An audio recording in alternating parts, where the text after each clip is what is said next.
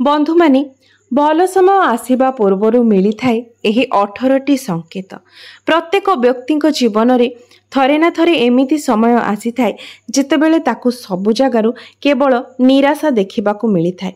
किंतु कथारे अछि ना सर्वदा समय एका भली न थाए एवं जार खराब समय आसी थाए तार दिने ना दिने निश्चित भल समय मध्य आसी थाए।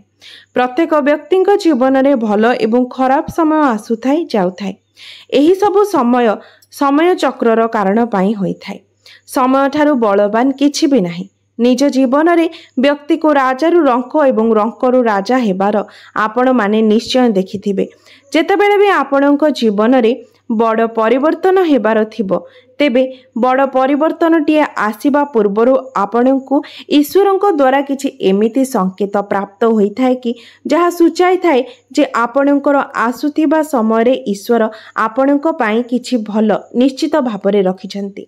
तेबे आसंतु जानिबा सेही खास संकेत विषय जहा भगवान भल समय आसीबा पूर्वरु आपणकु प्रदान करिथान्ति। मात्र ता पूर्वरु जदि आपण चाहुछन्ति जे आपणकु मां लक्ष्मींकर आशीर्वाद सर्वदा प्राप्त हेउ तेबे बंधु माने भिडियोटी को लाइक करी चैनल टी को सब्सक्राइब करि दियंतु एवं कमेंट बॉक्स रे जय मां लक्ष्मी निश्चय लिखंतु। तेबे प्रथमे निदर जदि आपणकर ब्रह्म मुहूर्त रे भांगी जाउछि। किछि लोक एमिति होई थांती कि जांकर नियमित रूप रे सोईकी उठिबा पूर्वरु निद भांगी जाय थाए। जदि आपण देखुछन्ति कि आपणकर निद ब्रह्म मुहूर्तरु भांगुछि अर्थात राति 3टा रु 5टा मध्यरे भांगी जाउछि तेबे आपणकर जीवन रे बहुत बड़ परिवर्तन आसीबाको जाउछि। अर्थात आपणको जीवन रे आगको बढ़िबा पय उपयुक्त मार्ग मिलिबाको जाउछि। सेथि पय आपणको पूर्वरु जानि नेबा उचित कि आपणको जीवन रे किछि बहुत भल परिवर्तन हेबाको जाउछि। 2 रे अचानक खुशी होई जिबा। अनेक थर आपण माने देखिथिबे कि आपणकर अचानक खुशी हेबा पई मन करि थाए। एहार अर्थ आपणकर बुझी जिबार अछि कि ईश्वर आपणको किछि भल संकेत देउछन्ति जेउ भली आपणको एही समय खुशी हेबा पई मन होछि ताहा भी किछि कारण न थाए। तेबे सही भली ईश्वर आपणकर जीवन में बहुत शीघ्र खुशी आनिबाको जाउछन्ति। आपणको खुशीर अनुभव हेबाको जाउछि। जेते भी दुख आपण निज जीवन में देखिछन्ति से सब बहुत जल्दी ही शेष होई जिवो एवं एही समय आपणकर मन प्रफुल्लित होई उठी थाए। 3 रे गोमातांकर आगमन। जदि आपणको घर को प्रतिदिन गोमातांकर आगमन होई थाए बा आपणको भोजन देबा पई प्रतीक्षा करिथांती तेबे यह बहुत ही शुभ संकेत होई थाए। जदि आपणको घरे पशु पक्षी घर करूछन्ती तेबे यह मध्य शुभ होई थाए। एहा छड़ा जदि पक्षींकर मधुर स्वर आपणकर घर पाखरे प्रतिदिन गुंजरित हेउथाए तेबे एहार अर्थ हेउछि कि बहुत शीघ्र आपणकर जीवन रे सकारात्मक परिवर्तन हेबाको जाउछि। 4 रे घरे छोट छोट पिला माने रहिबा। आमे जानिछे कि शिशुंक भितरे ईश्वरंकर वास होई थाए।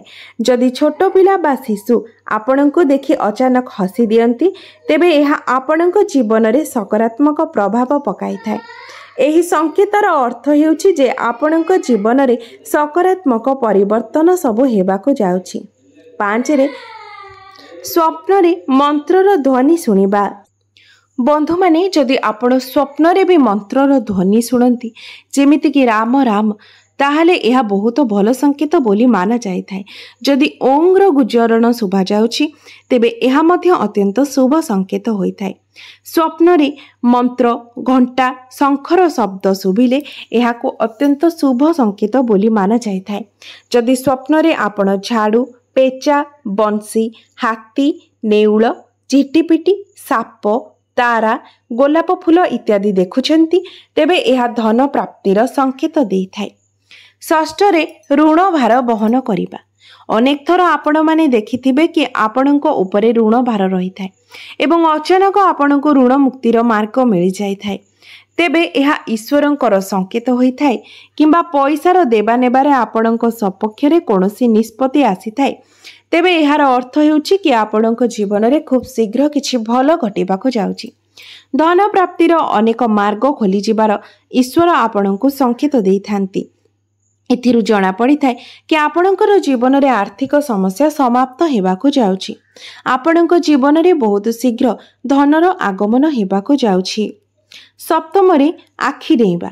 ପୁରୁଷଙ୍କର ଡାହାଣ ଆଖି ଏବଂ ନାରୀମାନଙ୍କର ବାମ ଆଖି ଡେଇଁବାକୁ ଶୁଭ ବୋଲି ମାନାଯାଇଥାଏ। ତେବେ ଆପଣଙ୍କୁ ଯଦି ଏହି ସଂକେତ ମିଳିଥାଏ ତେବେ ଆପଣଙ୍କ ଜୀବନରେ ବଳ ବୃଦ୍ଧି ହେବାର ସମ୍ଭାବନା ରହିଥାଏ। ମହିଳାମାନଙ୍କର ବାମ ଆଖି ଡେଇଁଲେ ଏହାକୁ ଭଲ ସଂକେତ ବୋଲି ମାନାଯାଇଥାଏ। ଏହା ଆପଣଙ୍କ ମନରେ ସକାରାତ୍ମକ ଭାବନା ସୃଷ୍ଟି କରିଥାଏ। ଅଷ୍ଟମରେ ଶଙ୍ଖ ଧ୍ୱନି ଶୁଣିବା। ଯଦି ସକାଳୁ ସକାଳୁ ଆପଣଙ୍କୁ ଶଙ୍ଖର ଧ୍ୱନି ଶୁଣାଯାଉଛି ତେବେ ଏହାକୁ ଅତ୍ୟନ୍ତ ଶୁଭ ସଂକେତ ବୋଲି ମାନାଯାଇଥାଏ। ସକାଳ ସମୟରେ ଶଙ୍ଖର ଧ୍ୱନି ଶୁଣିବାର ଅର୍ଥ ହେଉଛି କି ଆପଣଙ୍କର ଭାଗ୍ୟ ବହୁତ ଶୀଘ୍ର ହିଁ ଖୋଲିବାକୁ ଯାଉଛି। ନବମରେ ଝାଡ଼ୁ ଦେଖିବା। ଝାଡ଼ୁକୁ ମା ଲକ୍ଷ୍ମୀଙ୍କର ପ୍ରତୀକ ବୋଲି ମାନାଯାଇଥାଏ। ଯଦି ଆପଣ କୌଣସି କାର୍ଯ୍ୟରେ ବାହାରକୁ ଯାଉଛନ୍ତି ଏବଂ ରାସ୍ତାରେ କୌଣସି ବ୍ୟକ୍ତିଙ୍କୁ ଝାଡ଼ୁ କରିବାର ଦେଖୁଛନ୍ତି, ବିଶେଷ କରି ଯଦି କୌଣସି କୁଆଁରୀ କନ୍ୟାକୁ ଝାଡ଼ୁ ଲଗାଇବାର ଦେଖୁଛନ୍ତି, ତେବେ ଆପଣଙ୍କ ଉପରେ ମା ଲକ୍ଷ୍ମୀ ବହୁତ ପ୍ରସନ୍ନ ଅଛନ୍ତି ଏବଂ ଆପଣଙ୍କ ଘରର ସବୁ ଅସୁବିଧା ଦୂର ହେବାକୁ ଯାଉଛି। ତା ସହିତ ଆପଣଙ୍କୁ ଧନ ପ୍ରାପ୍ତି ହେବାର ସମ୍ଭାବନା ମଧ୍ୟ ରହୁଛି। ଦଶମରେ ହାତ ପାପୁଲି କୁଣ୍ଡାଇ ହେବା।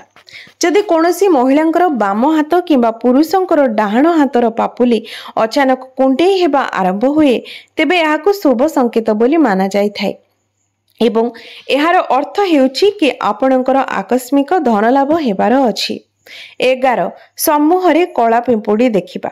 ଯଦି ଅଚାନକ ଆପଣଙ୍କ ଘର ଅଗଣାରେ ବା କବାଟରେ କିମ୍ବା ଅନ୍ୟ କୌଣସି ସ୍ଥାନରେ ସମ୍ମୁଖ କଳା ପିମ୍ପୁଡ଼ି ଦେଖୁଛନ୍ତି, ବିଶେଷ କରି ଯଦି ଆପଣ ନିଜର ଘରର ମୁଖ୍ୟ ଦ୍ୱାରରେ ଏହି ଦୃଶ୍ୟ ଦେଖୁଛନ୍ତି, ତେବେ ଏହା ସ୍ପଷ୍ଟ ସଂକେତ ଦେଇଥାଏ ଯେ ମା ଲକ୍ଷ୍ମୀଙ୍କର କୃପା ଆପଣଙ୍କ ଉପରେ ହେବାକୁ ଯାଉଛି ଏବଂ ଆପଣଙ୍କର କୌଣସି ଅଟକି ଯାଇଥିବା କାର୍ଯ୍ୟ ସମ୍ପୂର୍ଣ୍ଣ ହେବାକୁ ଯାଉଛି। 12ରେ ଜଳରେ ଭର୍ତ୍ତି ଥିବା ପାତ୍ରକୁ ଦେଖିବା। ଯଦି ଆପଣ କୌଣସି ଜରୁରୀ କାମ ପାଇଁ ଘରୁ ବାହାରିକି ଯିବା ସମୟରେ କୌଣସି ବ୍ୟକ୍ତିଙ୍କ ହାତରେ ଜଳ ଭରା ହୋଇଥିବା ପାତ୍ରକୁ ଦେଖୁଛନ୍ତି, ତେବେ ଏହା ବହୁତ ଭଲ ସଂକେତ ହୋଇଥାଏ ଏବଂ ଆପଣ ଯେଉଁ କାର୍ଯ୍ୟରେ ବି ଯାଉଛନ୍ତି ସେହି କାର୍ଯ୍ୟରେ ଆପଣଙ୍କୁ ସଫଳତା ମିଳିବାର ସମ୍ଭାବନା ମଧ୍ୟ ବଢ଼ିଯାଇଥାଏ। 13ରେ 3ଟି ଝିଟିପିଟିକୁ ଆପଣ ଗୋଟିଏ ସ୍ଥାନରେ ଦେଖିବା।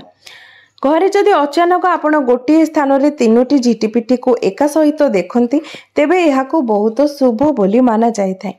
ଏହା ମହାଲକ୍ଷ୍ମୀଙ୍କର ଆଗମନର ସଂକେତ ଦେଇଥାଏ ଏବଂ ଏହା ବି କୁହାଯାଇଛି କି ଯଦି ଝିଟିପିଟି ଗୋଟେ ଆଉ ଗୋଟେ ପଛରେ ଦୌଡ଼ିବାର ଦେଖାଯାଇଥାଏ ତେବେ ଏହା ଘରର ଉନ୍ନତିର ସଂକେତ ପ୍ରଦାନ କରିଥାଏ। ଦୀପାବଳି ଦିନ ଯଦି ଆପଣ ତୁଳସୀ ଗଛର ମୂଳରେ ଝିଟିପିଟି ଦେଖନ୍ତି କିମ୍ବା ତୁଳସୀ ଗଛରେ ଝିଟିପିଟି ଦେଖନ୍ତି, ଏହାକୁ ଅତ୍ୟନ୍ତ ଶୁଭ ବୋଲି ମାନାଯାଇଥାଏ। ଏହା ଅପାର ଧନ ଲାଭ ହେବାର ସଂକେତ ଦେଇଥାଏ। 14ରେ ପେଚା ଦେଖିବା। ମା ଲକ୍ଷ୍ମୀଙ୍କର ବାହନ ପେଚା ଆପଣଙ୍କୁ ନିଜ ଘରର ବାହାରେ ବହୁତ ଦିନ ହେବ ଯଦି ଦେଖାଯାଉଛି ତେବେ ଜାଣି ନିଅନ୍ତୁ କି ଆପଣଙ୍କ ଘରକୁ ମା ଲକ୍ଷ୍ମୀଙ୍କର ଆଗମନ ହେବାକୁ ଯାଉଛି ଏବଂ ଆପଣଙ୍କୁ ବହୁତ ଶୀଘ୍ର ହିଁ ଅପାର ଧନର ପ୍ରାପ୍ତି ହେବ। ଯଦି ଆପଣ କୌଣସି କାର୍ଯ୍ୟରେ ବାହାରକୁ ଯାଉଛନ୍ତି ଏବଂ ରାସ୍ତାରେ କୌଣସି କୁକୁରର ମୁହଁରେ ରୁଟି ଦେଖୁଛନ୍ତି, ତେବେ ଏହା ଏହି କଥାର ସଂକେତ ଦେଇଥାଏ କି ଆପଣଙ୍କୁ କୌଣସି ଜାଗାରୁ ଧନ ଲାଭ ହେବାର ଅଛି। 15ରେ ବର ଏବଂ ବଧୂ ଏକା ସାଙ୍ଗରେ ଦେଖିବା। ଯଦି ଆପଣ ସକାଳୁ ସକାଳୁ ଘରୁ କୌଣସି କାର୍ଯ୍ୟରେ ବାହାରକୁ ଯାଉଛନ୍ତି ଏବଂ ଯିବା ସମୟରେ ରାସ୍ତାରେ ନବବିବାହିତ ବର ଏବଂ ବଧୂକୁ ଏକା ସାଥିରେ ଦେଖୁଛନ୍ତି, ତେବେ ଜାଣି ନିଅନ୍ତୁ କି ଆପଣଙ୍କର ଭଲ ସମୟ ଆସିବାକୁ ଯାଉଛି। 16ରେ ସାପ ଏବଂ ମାଙ୍କଡ଼ ଦେଖିବା। ଆପଣ ଯାତ୍ରା କରୁଥିବା ସମୟରେ ଯଦି ସାପ ଏବଂ ମାଙ୍କଡ଼ ଦେଖୁଛନ୍ତି ତେବେ ଏହା ଭଲ ସମୟ ଆସିବାର ଶୁଭ ସଂକେତ ହୋଇଥାଏ। ଆପଣଙ୍କ ଜୀବନରେ ଆର୍ଥିକ ସଙ୍କଟ ଦୂର ହେବାକୁ ଯାଉଛି। ଆପଣଙ୍କର ଧନର ଆଗମନର ସମ୍ଭାବନା ରହିଛି। ଖାଲି ସେତିକି ହିଁ ନୁହେଁ, ଘରେ ଯଦି ବାଦୁଡ଼ି ବସା କରିଥାଏ ତେବେ ଏହାକୁ ମଧ୍ୟ ଶୁଭ ବୋଲି ମାନାଯାଇଥାଏ। 17ରେ କଇଁଛ ଦେଖିବା। କଇଁଛ ଦେଖିବା ଅତ୍ୟନ୍ତ ଶୁଭ ହୋଇଥାଏ। ଭଗବାନ ବିଷ୍ଣୁ କଇଁଛ ଅବତାର ଧାରଣ କରିଥିଲେ। କଇଁଛ ଯଦି ଆପଣଙ୍କର ସ୍ୱପ୍ନରେ ଦେଖାଯାଉଛି ତେବେ ଏହା ଆପଣଙ୍କର ଭାଗ୍ୟ ଖୋଲିବାର ସଂକେତ ଦେଇଥାଏ।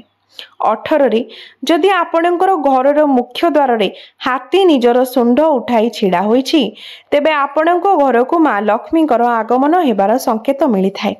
आपणको परिवारर सुख समृद्धि वृद्धि हेबाकु लागिबो। हाथी को प्रभु गणेशंकर प्रतीक बोली माना जाइथाए। तेबे आपणको जदि एही सबु संकेत प्राप्त हुए तेबे आपण जानि नेबे जे आपणकर भल समय आरंभ हेबाकु जाउछि। बंधु माने मोर एही वीडियोटी जदि आपण मानकु भल लागि थाए तेबे वीडियोटी को लाइक करी चैनलटी को निश्चय सब्सक्राइब करि देबे एवं कमेंट बॉक्स रे जय मां लक्ष्मी निश्चय लिखिबे।